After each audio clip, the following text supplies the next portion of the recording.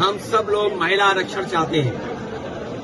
महिलाओं को सशक्तिकरण, उनके अधिकार मिले। जिन्होंने महिलाओं के मतदान का इतिहास पढ़ा होगा वो जानते होंगे कि उन्हें कितना संघर्ष करना पड़ा, उसके बाद उन्हें अधिकार मिला केवल वोट डालने का। और आज हम सब लोग पक्ष में, लेकिन सवाल ये है कि जल्दीबाजी क्यों? ये जल्दीबाजी किस लिए? अगर आप महिलाओं का सम्मान हक देना चाहते हैं, सशक्तिकरण करना चाहते हैं, तो सुरक्षा और सशक्तिकरण के लिए क्या काम किया आपने? कम से कम वो रोड मैप तो दें। और फिर बाबा साहब भीमराव अम्बेडकर जी का संविधान के फिर एक बार ये लोग नजरअंदाज कर रहे हैं। जो बात हम लोग कहते थे कि संविधान से नहीं चलना चाहते हैं, उसी तरह देखने को मिला कि संविधान से नहीं चल रहे हैं। हम सब लोग महिला आरक्षण के पक्ष में हैं, लेकिन हम लोगों के सुझाव माने जाएं। और जब तक सेंसस नहीं होगा तो आप कॉन्स्टिट्यूएंसीज कैसे बनाओगे? उनका क्षेत्र कौन होगा? आप आरक्षण लाना चाहते हो, लेकिन उन्हें किस क्षेत्र में चुनाव लड़ाओगे? वो क्षेत्र कहाँ है? क्षेत्र कब डिसाइड होते हैं? जब डिलिमिटेशन होती है, और डिलिमिटेशन तब होता है जब सेंसस हो जाता है। तो सोचिए, कोई न कोई साजिश और षड्यंत्र है जिसकी वजह से उन्होंने सेंसस नहीं किया। और जब जनगणना नहीं होगी तो आपके आंकड़े कैसे होंगे? ये जब 1/3 आंकड़े का सवाल है तो आंकड़े का गिनती होनी चाहिए। गिनती तब होगी जब सेंसस होगी, और वो नहीं कर रहे हैं। मैं इसीलिए आपके इलेक्शन कमिश्नर रहे, उनका एक सुझाव था कि हम महिलाओं को आरक्षण जल्दी कैसे दे सकते हैं, क्योंकि ये सरकार मन विधान से चलना चाहती है, एक तंत्र, किसी के सुझाव भी नहीं लेना चाहती है। तो वही हमारे चीफ इलेक्शन कमिश्नर रहे, उन्होंने जो सुझाव दिया, जो सुझाव उनका है वो भी महत्वपूर्ण सुझाव है कि उनकी रिप्रेजेंटेशन कैसे दी जाए। अगर पॉलिटिकल पार्टीज को उनके वोटों की संख्या के हिसाब से भी अगर देना चाहे तो दे सकते हैं, लेकिन ये देना नहीं चाहते हैं।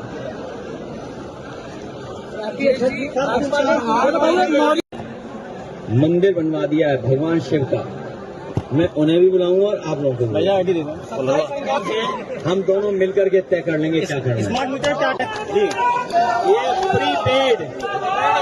ये प्रीपेड नहीं है मीटर, ये फ्री पीड़ा देने वाला पेड मीटर है, पीड़ित मीटर है।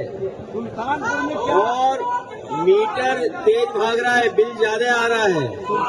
यही स्मार्टनेस है हमारे मुख्यमंत्री जी की। आपके सांसद सुल्तानपुर नहीं दिखाई दे, क्या कहेंगे? कसौली में बहुत दावेदार है, कसौली में क्या होने जा रहा है? दावेदार है, ये तो अच्छी बात है। इसका मतलब सरकार बनने जा रही है। आपके सांसद तक इनकी सरकार नहीं आएगी, क्योंकि अपराध इतना था कि लोग डरे हुए हैं। देखो, मैं आपसे कई बार कह चुका हूँ, आप बात नहीं समझ सकते। मैं आपको समझाना चाहता हूँ, अभी 2026 है, फिर 27 होगा। वो अपने कुर्ते का साइज बताते हैं कि 47 में कुर्ते का साइज क्या होगा, क्योंकि इससे पहले कुर्ते का साइज कम था, लेकिन भ्रष्टाचार कर के उनके कुर्ते का साइज बढ़ गया है। इसीलिए वो कह रहे हैं 47, अपने कुर्ते का साइज बता रहे हैं 47। अध्यक्ष जी, पंचायत चुनाव पर क्या बोलेंगे? पंचायत चुनाव हमारे गरीबों को सरकार फेस नहीं कर पा रही है। योगी जी बंगाल में प्रचार कर रहे हैं, प्रधानमंत्री जी कह रहे हैं बस बोलते हैं, आप सुनते जाइए। वन वे की कोई जगह नहीं होती है डेमोक्रेसी में। डेमोक्रेसी में संवाद है, हम एक दूसरे से बातचीत करते हैं, तब रास्ता हल होता है। हाल ही में भारतीय जनता पार्टी उद्योगपतियों के साथ खड़ी दिखाई दे रही है।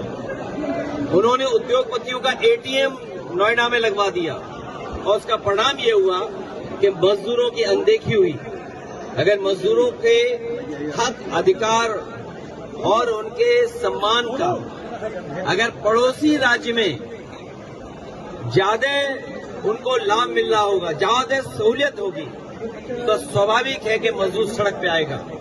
और उसी का परिणाम यह है कि भारतीय जनता पार्टी के गलत फैसले, गलत नीति और कुछ लोगों को, कुछ उद्योगपति, कुछ कारोबारियों को इतना बड़ा बना दें, उसका परिणाम आज आपको देखने को मिला।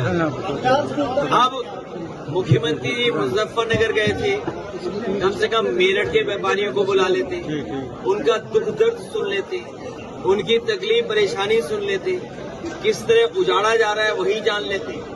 और नोएडा भी करीब में है, कम से कम उन मजदूर भाइयों को अलग बैठ करके बात कर लेते और समाधान कर देते। वैसे भी मुख्यमंत्री जी नोएडा जाने से घबराते नहीं हैं, लेकिन इस बार लग रहा है कि नोएडा जाने की हिम्मत नहीं जुटा पाए होंगे, जबकि 80-90 किलोमीटर दूर रहे होंगे।